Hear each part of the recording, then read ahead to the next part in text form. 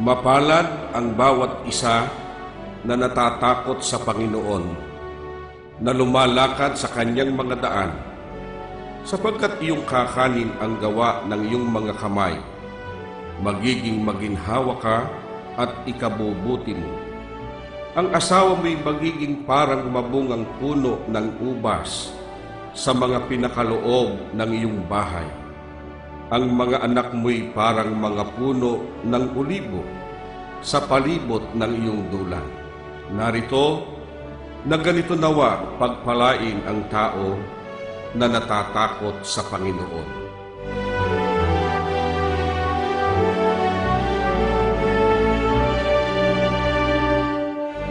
At iyong iwaksina ang lahat ng kasalanan.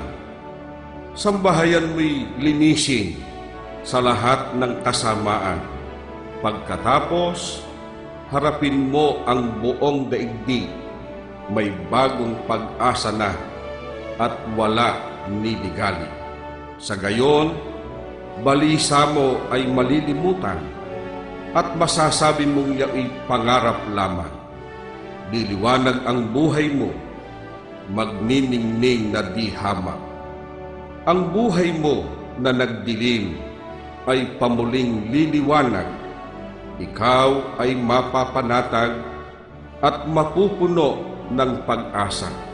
Iingatan ka ng Diyos, mawawala ang balisa.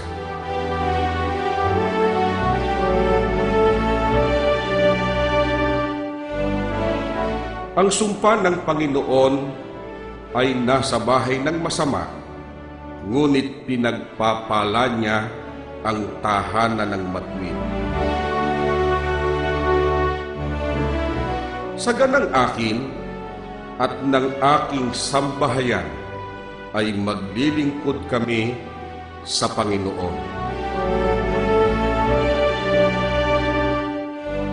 Maligaya ang bayan na ang Diyos ang Panginoon.